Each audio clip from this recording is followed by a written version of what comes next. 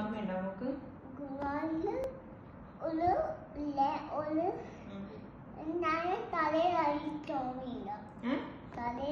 തലയിൽ അരിയിട്ടിന്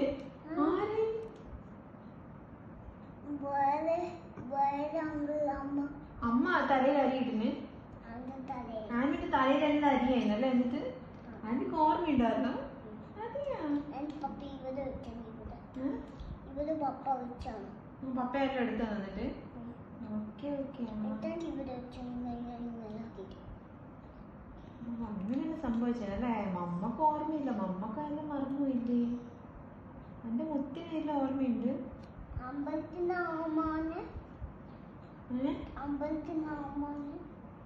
അല്ല ഇപ്പൊ ആന്റി പറഞ്ഞേരം ഓർമ്മ വന്നു നമുക്ക്. ആന്റിക്ക് ഓർമ്മയുണ്ട്.